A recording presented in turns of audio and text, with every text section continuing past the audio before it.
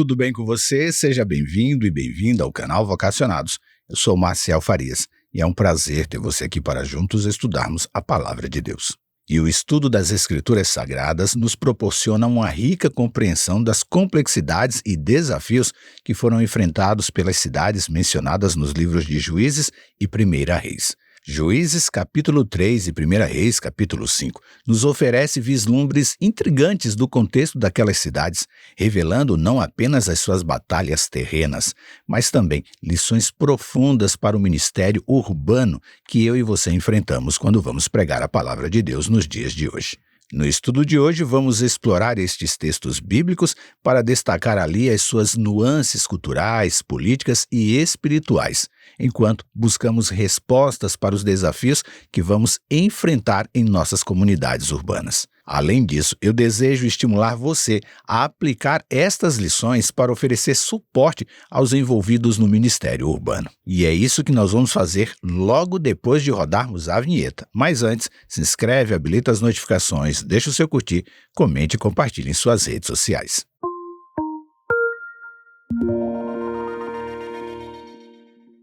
E então, depois de rodar a vinheta, deu tempo de você se inscrever? Deu tempo de você habilitar as notificações, de comentar e até mesmo de compartilhar?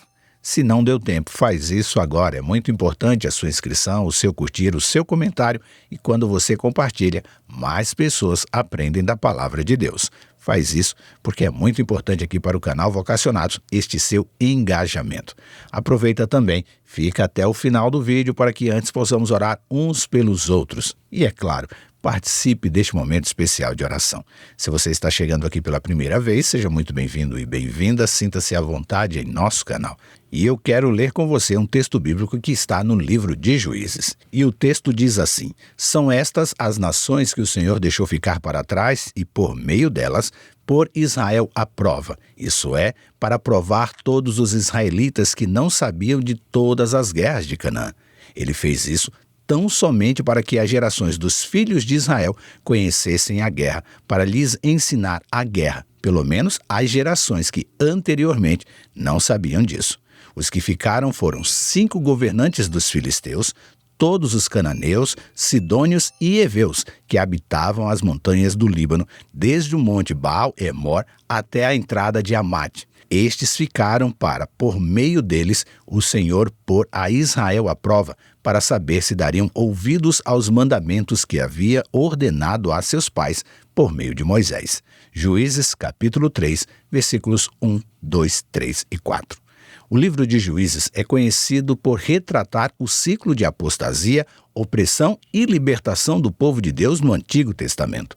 E o capítulo 3 começa a lançar luz sobre o contexto urbano daquela época.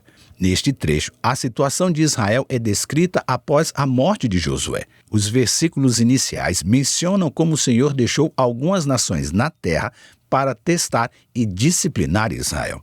Estas nações, longe de serem meros inimigos físicos, representavam desafios espirituais que Israel deveria suportar. Ao observar aquela condição humana, notamos que Israel se misturou com todas estas nações e adotou os seus costumes, inclusive adorando os deuses destas terras. Essa assimilação cultural e religiosa trouxe uma decadência espiritual que, por sua vez, resultou em opressão.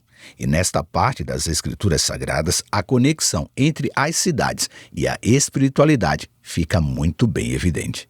As cidades, na época pós-morte de Josué, frequentemente eram epicentros culturais, tornaram-se assim campos de batalhas não somente para conflitos físicos, mas também para a preservação da fé. A influência das cidades não era apenas política e econômica, mas também espiritual. Essa descrição é bem parecida com a cidade onde você mora, não é verdade? E se as cidades, à época do Antigo Testamento, enchiam os olhos, até mesmo dos mais sábios, fazendo-os desviar o olhar do Senhor, e isso que diga o sábio Salomão, o que diria então o ano de 2023 em cidades como São Paulo, Trancoso, Nova York, Barbacena, Perobé, Salvador ou até mesmo Campo Grande? E quando vamos ao livro de 1 Reis, capítulo 5, nos deparamos com a narrativa abrangente da história de Israel no reinado de Salomão. 1 Reis capítulo 5 descreve a aliança entre Salomão e Hirão, rei de Tiro, para a construção do templo em Jerusalém, mostrando a interdependência entre as cidades e como a colaboração entre Jerusalém e Tiro resultou em realizações significativas. No entanto, testemunhamos uma reviravolta dramática. Salomão, apesar da sua sabedoria inicial, permitiu que as influências das esposas estrangeiras com quem ele havia casado desviassem ele da verdadeira adoração.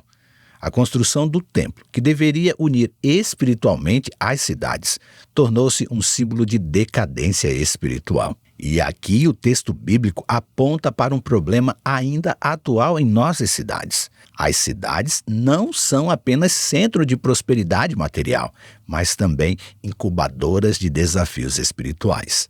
Anote aí, as cidades não são apenas centros de prosperidade material, mas também incubadoras de desafios espirituais.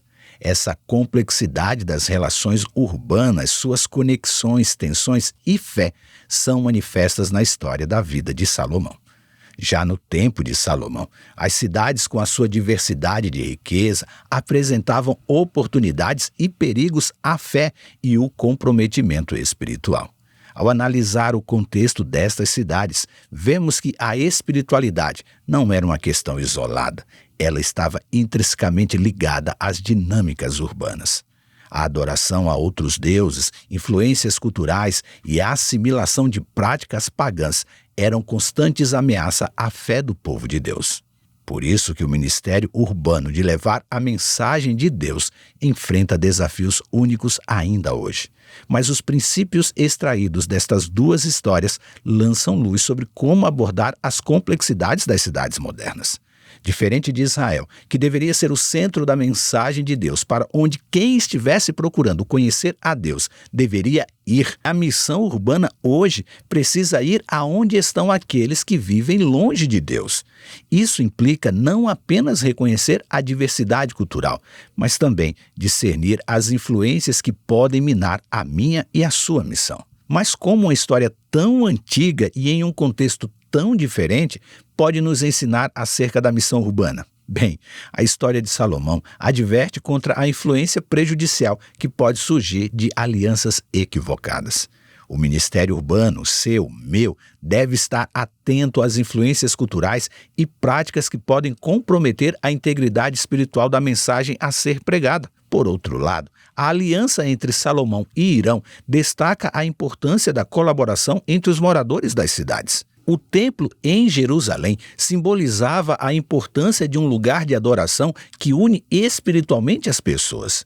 E o ministério urbano pode e deve se concentrar na criação destes espaços espirituais que promovam a unidade e a verdadeira adoração. E o contexto atual das cidades nos faz lembrar que há necessidades espirituais que estão interligadas com necessidades sociais e culturais, e um verdadeiro ministério urbano eficaz deve adotar uma abordagem holística que vai além das questões espirituais e foque também nas necessidades sociais e culturais. E quando alcançamos uma compreensão mais profunda da cultura em que estamos inseridos, vai ficar muito mais fácil e frutífero promover a mensagem do Evangelho eterno, livres das influências nocivas e construir, assim, pontes espirituais. Que este entendimento inspire e fortaleça você, a mim e todo aquele que está envolvido no ministério urbano, capacitando-nos a sermos agentes de transformação nas comunidades onde vivemos, pregando sempre do amor do Deus que salva. Pense nisso, leia a sua Bíblia, compreenda a necessidade do seu próximo e que Deus nos abençoe. E agora chegou o nosso momento de oração. E no momento de oração de hoje, eu quero orar pela Sheila. A Sheila mora na cidade de Blumenau, eu acho que é Santa Catarina, e ela diz assim: Maciel, ore por mim, eu estou aflita, perdi o meu emprego, tenho 2 filhas para sustentar, sou viúva e as coisas não estão fáceis. Então vamos orar pela Sheila, vamos orar para que as portas de um novo emprego surjam para ela e que as necessidades do seu lar sejam supridas pela sua força de trabalho e que logo ela possa mandar uma mensagem dizendo que já está no novo emprego. Se você puder, ore comigo pela Sheila. Pai amado, muito obrigado, ó Pai, por mais um dia de vida, por mais um dia sentindo a Tua proteção, o Teu cuidado, a Tua graça e o Teu perdão. Hoje queremos orar pela Sheila. Ela perdeu seu emprego, ela é viúva e cuida de 2 filhas. E ela está preocupada com as contas. Estas não param de chegar. E ela precisa manter a sua casa em ordem, suprindo as necessidades dela e das suas filhas. Por isso, ó Deus, nós te pedimos para abrir uma porta de emprego para a Sheila, para que ela possa suprir as necessidades diárias do seu lar, cuidar como uma boa mãe das suas filhas e não passar necessidade.